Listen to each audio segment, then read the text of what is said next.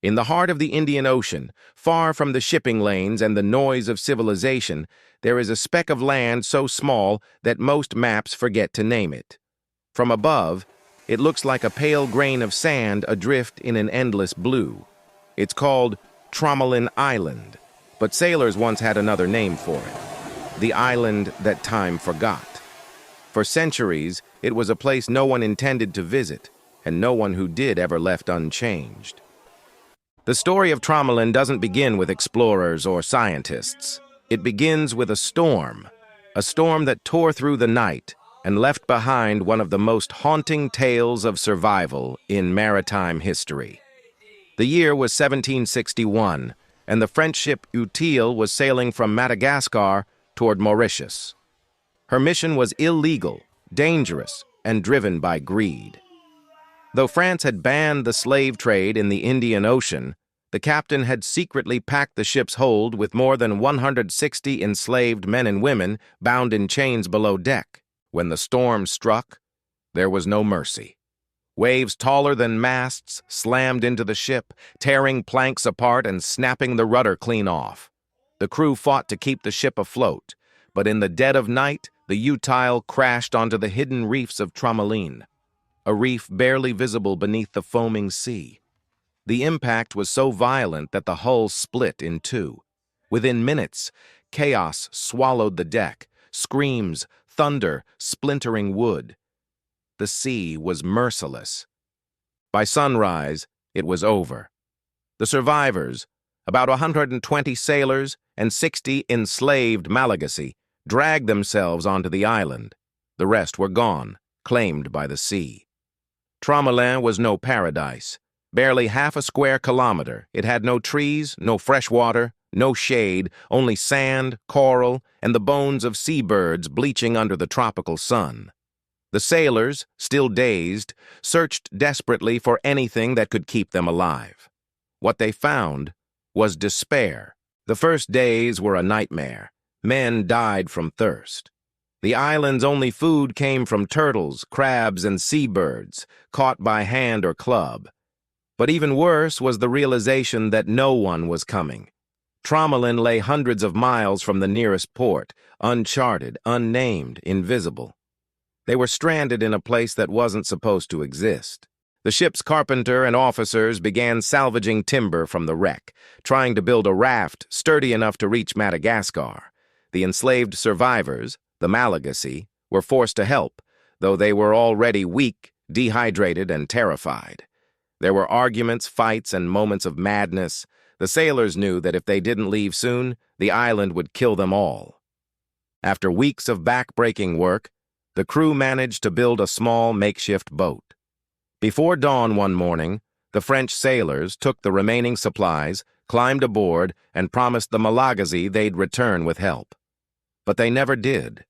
As the raft disappeared over the horizon, 60 abandoned men and women were left behind, stranded on an island smaller than a football field, surrounded by an ocean that would never let them leave.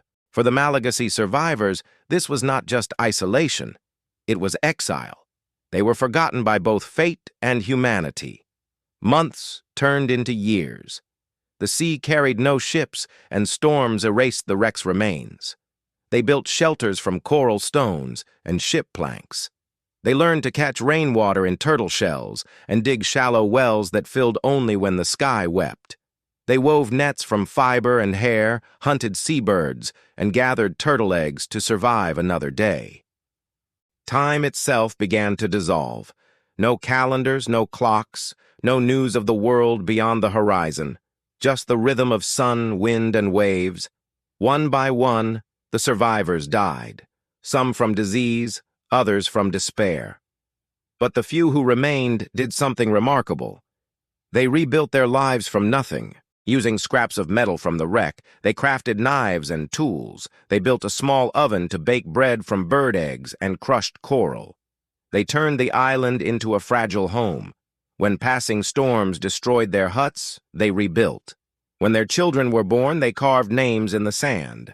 These people, once enslaved, had become the free inhabitants of a place that had no name. Years passed, 10, then 12. The world had long forgotten the Utile and her human cargo. Even in France, the ship's name was only a rumor whispered among sailors. Tromelin was now a legend, a cursed island said to swallow ships whole. But in 1776, 15 years after the wreck, a French vessel named La Dauphine sailed through the region under the command of Captain Jacques Marion Dufresne. His orders were routine: chart new islands for navigation. But as his crew approached Tromelin, they noticed something impossible: smoke rising from the sand. Through telescopes, they saw movement, figures waving rags from the beach. When the rescue boats landed, the sailors stood frozen. Before them were 8 survivors, 7 women and 1 baby, all of Malagasy descent. They had been living alone on the island for 15 years. The rest of their people had perished. The rescuers wept. The women could no longer speak French. They had preserved their own language and traditions in total isolation. The captain's log describes them as calm, dignified, and astonishingly resourceful. They showed the French their huts, their wells, their tools, all built by hand from the wreck's remains. These survivors had not merely endured, they had created civilization on a wasteland. When La Dauphine returned to Mauritius, the women were hailed as miracles of endurance. The French governor granted them freedom and offered them passage to Madagascar, though their homeland had changed beyond recognition. For them, Tromelin had become both a prison and a home, a graveyard of ancestors and a monument to survival. But the island did not forget them. For centuries, Tromelin remained uninhabited, a lonely rock battered by storms, occasionally visited by meteorologists or passing ships. Yet beneath its sands, the traces of that small community remained: stone ovens, tools, fragments of pottery, and human bones marked by time. When archaeologists finally returned in the early 2000s, they uncovered the truth of what those survivors had built. Layer by layer, the sand revealed the story of resilience born from despair. The huts aligned with the wind, the ovens filled with burned turtle shells, the delicate remains of a mother holding a child. Tromelin wasn't just an island. It was a monument to what humans can endure when the world abandons them. For centuries, Tromelin Island was just a whisper on old maps, a meaningless speck no ship dared to visit. The world moved on, and the story of the shipwreck faded into folklore. Empires rose and fell, revolutions shook continents, and still, the island stood alone, a memory made of coral and wind. But in the early 2000s, a group of French archaeologists and historians decided to uncover the truth behind the legend. The mission was led by Max Guéroux, a former naval officer turned marine archaeologist who had heard the story of Tromelin as a young sailor and never forgotten it. He wanted to know, could people really have survived there for 15 years?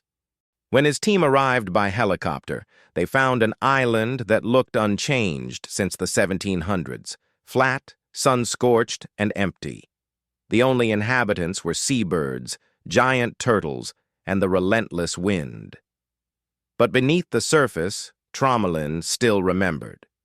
They began digging near the center of the island where the survivors' village was said to have stood. The sand was hot enough to burn skin, but as the team brushed it away, they found traces of walls, small, carefully arranged coral stones. Then came the first real clue, a clay oven, still blackened by centuries-old fire.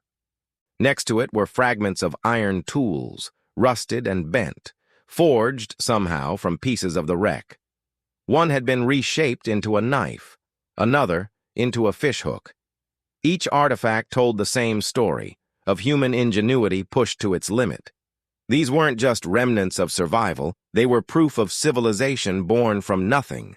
Then, deeper in the sand, the archaeologists found something no one expected: small shells arranged in circular patterns like offerings. They realized these were graves. The survivors had buried their dead with care, marking the resting places of their friends, their families, their children, even on a barren island where every resource mattered. As Gerut brushed the sand from a child's tiny bones, he wrote in his journal, "Here lies a child who never saw the world beyond the horizon." Yet the people who buried her believed life still had meaning. It was the kind of discovery that silences even the most hardened scientists. The deeper they dug, the more the island spoke.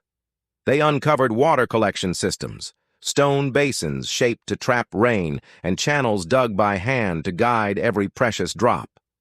They found bird bones crushed into powder, used as a kind of flour. They found turtle shells used as bowls, coral tools, and even fragments of woven rope made from human hair. These people, left to die, had built an entire ecosystem of survival, a society that adapted to a place no human should have endured.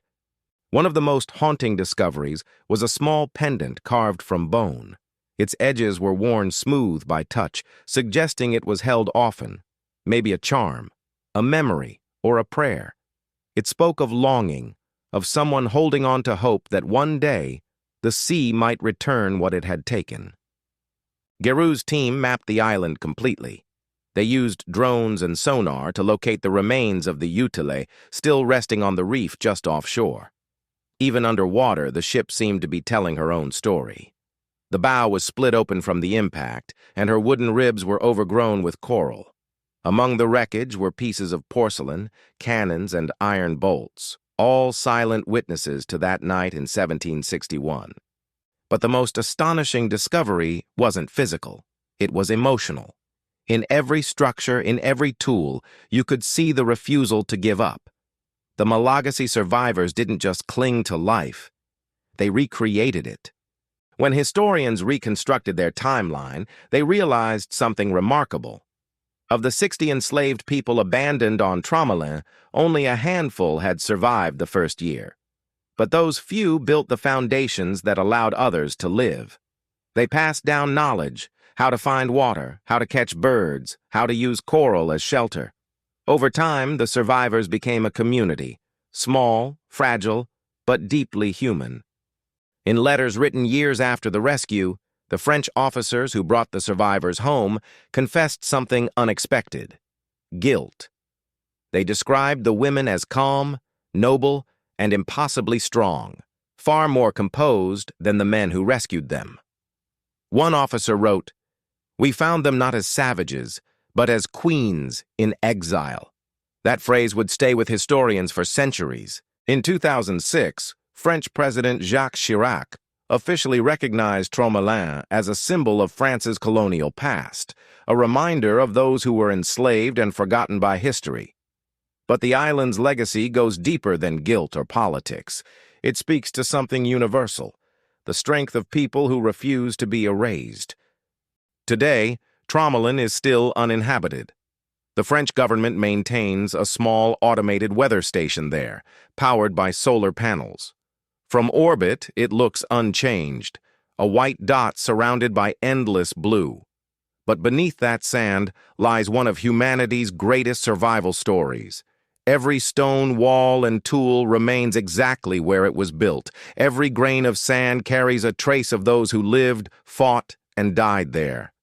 And in the quiet, you can almost imagine the sound of the wind whispering through their forgotten shelters, carrying the voices of the lost across the ocean once more. Archaeologists say that Tromelin forces us to confront a difficult truth. Civilization doesn't come from wealth or power or cities. It comes from the human spirit, the part of us that refuses to surrender even when the world has already given up. Today, Tromelin Island is little more than a dot on the map, 800 meters wide, 1 kilometer long. It has no trees, no shade, no rivers, just wind, coral, and silence. But if you listen carefully, you can almost hear echoes of a language that hasn't been spoken here in centuries. The story of Tromelin isn't about conquest or glory, it's about endurance. The endurance of people the world forgot, people who were never meant to survive, and yet did. When modern researchers landed on Tromelin, they didn't just come with tools and scanners. They came carrying the weight of history. The Malagasy people of Madagascar still tell stories of their ancestors who vanished into the sea. To them, Tromelin wasn't just an island, it was a wound. Archaeologists walked across the sand barefoot, their footsteps tracing the same paths once carved by those enslaved survivors. They marked the outlines of their shelters, the wells, the fire pits. Every line in the sand was a whisper. We were here. And suddenly, this place that had seemed so lifeless came alive again. It wasn't just sand. It was sacred ground. Among the coral ruins, they found tiny copper bracelets, a handmade spoon, and a fragment of bone carved into a comb. Simple things, but powerful. Because in a world stripped bare of comfort, those objects were acts of defiance, proof that humanity still lived here. For 260 years, the ocean kept their secret. The waves erased their footprints, but not their story. In the early 21st century, the French government faced a difficult question. How do you honor people your ancestors abandoned? They decided not to rebuild Tromelin, not to turn it into a tourist site, but to leave it almost untouched. A memorial made of salt and silence. Every few years, teams return to study and preserve what remains. They document artifacts, map erosion, and record the voices of the Malagasy who still remember the legend. One archaeologist described the experience as walking through the bones of time. He said, "Every storm that hits this island feels like it's trying to erase them again, but we keep coming back to make sure they're never erased." What Tromelin tells us is uncomfortable and essential. It reminds us that the age of exploration wasn't always filled with heroism and discovery. It was built on lives lost, on people whose names never appeared in maps or books. When we look at Tromelin, we're not looking at a tragedy. We're looking at survival at its purest form. No cities, no technology, no rescue, just human beings and their will to live. 15 years, on an island smaller than a football field, under a burning sun, with no shade, no water, no hope. And yet, they built homes. They fished. They raised a child. They lived. And in doing so, they transformed a prison into a symbol of endurance. Fade to night. Waves crash softly under a dark sky filled with stars. If you stand on Tromelin today, the wind never stops. It howls through the ruins, rattling the old coral stones like whispers.